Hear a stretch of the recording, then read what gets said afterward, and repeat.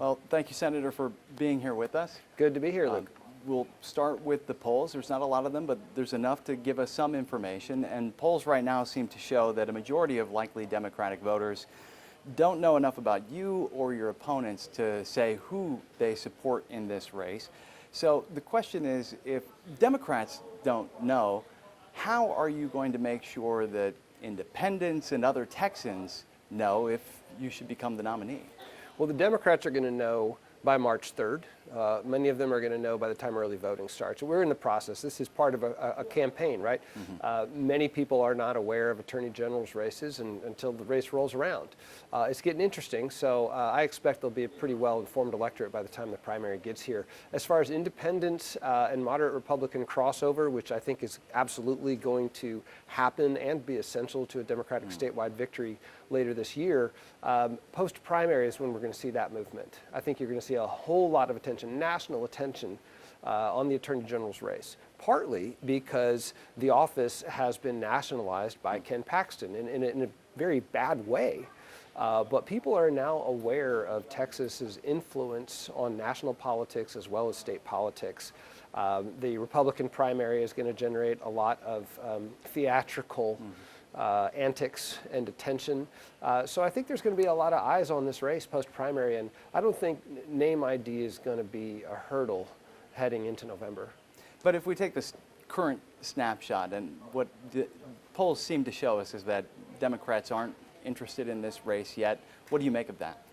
Oh, it's hard. People are so deluged with news out of the White House. The press has to train its cameras and its microphones on what's coming out, and Donald Trump, frankly, does something twice a day that is so gobsmackingly weird and usually damaging that it would be on the monthly on the news cycle for a month in the past. But now, 6 hours later, it's gone. So how are people really going to keep up with whether or not the Attorney General's office is carrying out its basic functions, like collecting child support, advising agencies on what's within the bounds of the law and what isn't, advising the legislature on how to craft legislation so as not to violate the Texas Constitution again and again and again, doing its basic functions like making sure that markets are competitive. That stuff just isn't super headline grabby, so people aren't generally aware of it. But elections actually tend to focus attention when the question's important. And I think as honestly, nationally and as a state, the rule of law is under assault, there's going to be a lot of attention. I'm not surprised that name ID is low right now and that opinions are being withheld. But we're going to move rapidly to a point where the electorate is engaged, I believe. So let's say that you cross the line, you are the nominee, you're going to be going up against a much better funded Republican candidate and in a very Republican state. So, well, we'll see. Well, that goes to my question. Where do you see a path to victory? Yeah, I think this is not unlike my first race in 2018 when I ran for state senate in a seat that had been held by Republicans for 32 years at the time. I was an underdog by 12 points. It was supposed to be a minus 12 Democrat. I won that race by 8 points. I was outspent 3, 4, 5 to 1. We're going to have plenty of money on the Democratic side. My own belief is that money can't win elections. The absence of money can lose elections. I will raise enough money to win this election. While the Republicans spend all their money talking about banning Sharia law, I think they're going to be so far out of touch with the electorate, they may as well light their margin on fire. I'm not concerned about the money gap. What's important to me is to get enough of the public trust and investment to make sure that we do get our message out, so that Democrats know that they can win, so that independents know that, you know what, this is what I'm on board with, and that moderate Republicans feel safe trusting to vote for a Democrat in this cycle. I'm really not afraid of the Tim Dunn kind of billions being dumped into the Republican candidate. You and another Democratic candidate in this case have really framed this race as a way to restore integrity to the Attorney General's office after years under Republican leadership. So what specific abuses of power under Ken Paxton do you think most need reform, and how would you prioritize those in your first 100 days? I mean, the first thing I'd recommend to people is just go through the articles of impeachment. I voted to impeach Ken Paxton on 14 different articles of impeachment. It was an exhausting trial just to sit through and see the myriad ways, but he used the office to help friends. He mixed it with his own personal life, his own personal ambitions, his own political ambitions. He used it as a tool for his donors and his supporters.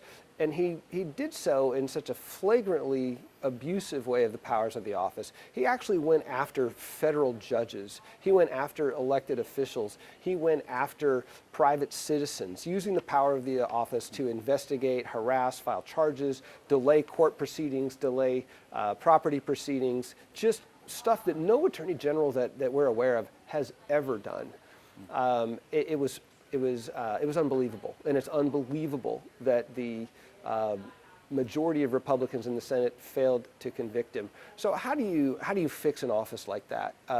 And people come in and say, well, I'll create a division of this and a division of that. And you know what? It's not about divisions. Don't break the law. Don't abuse the office. Don't be a pig. Don't persecute people for your own personal reasons. Follow the law. The function of this office is twofold. You are charged by the Constitution to represent the state of Texas. That's the interest of the state, the people of the state of Texas.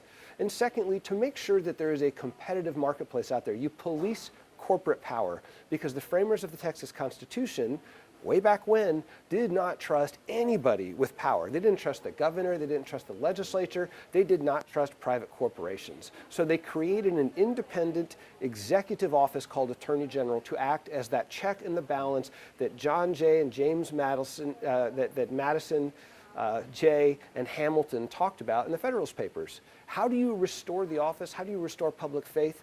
Slowly, over time, by running the office the way it should be run. It's no longer a propaganda tool. It is there to serve the people of the state. Returning to the last public poll, this one I think from the University of Houston, it shows that you're trailing Joe Jaworski despite a high profile in the Texas Senate and having more cash on hand.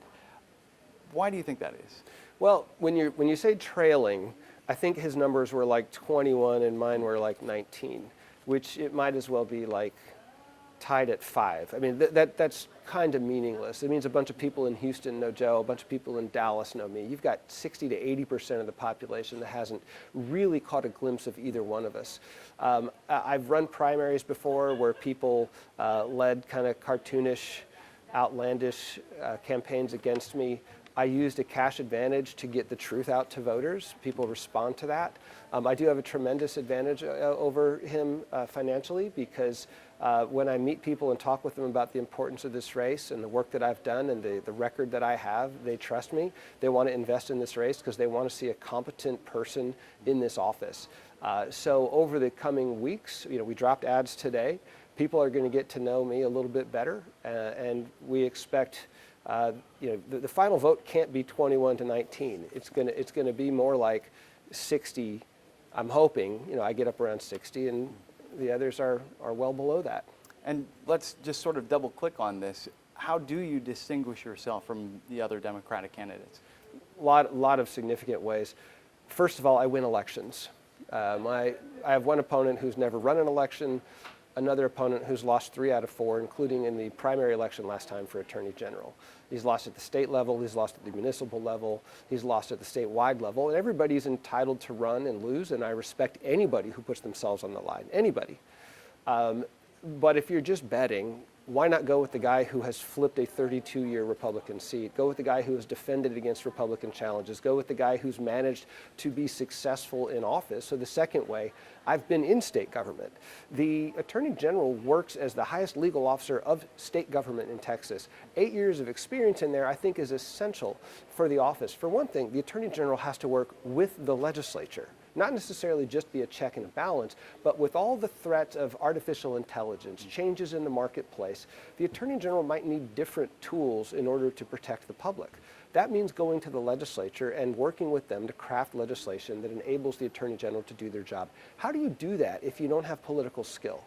While in office, four sessions as a member of the Democratic minority, I've passed 135 bills, major legislation on health care, on the electric grid, on public education, on criminal justice, on the environment.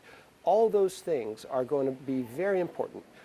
We live in a hyper-partisan time, politically supercharged, toxic time. You are going to need somebody who knows how to stand up to people, who knows how to work with people, whether they're Republican or Democrat, and I have a demonstrated record of winning elections and performing in office. Finally, you asked the question about the financial gap. As I said before, money might not win elections, but the absence of it does lose elections. I do have a history of being able to raise money to win an election, and if the Democrats want to win this election, we're going to need somebody who can do that, and I promise you I can. And I think that we've been circling around this topic, and I just want to address it directly. The fact that Texas hasn't elected a Democrat statewide in 30 years. So how does a Democrat like you actually win the Attorney General's race? Look, it's a combination of luck and skill and hard work, right? And being genuine and inspiring confidence in people. I don't think any Democrat had a chance last cycle. The last time Democrats really had political tailwinds was 2018.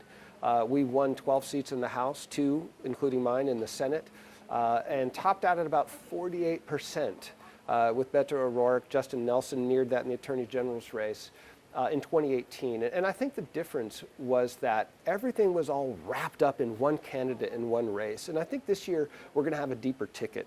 And I certainly plan to be part of that.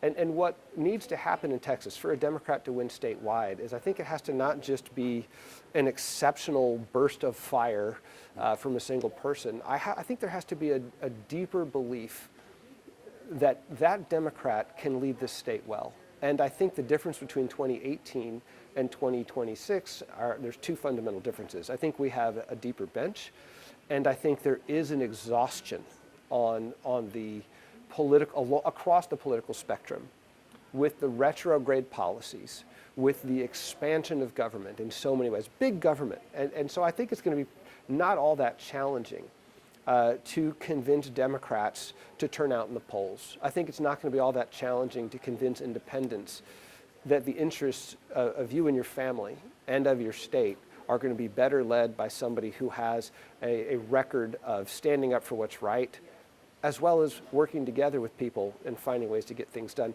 Same for moderate Republicans. I think timing has a lot to do with it, but we're also going to have to work very, very hard to instill confidence in people that that is in fact the case, that this Democrat can step forward and run the Attorney General's office in a nonpartisan fashion in a way that fulfills all the obligations to the state.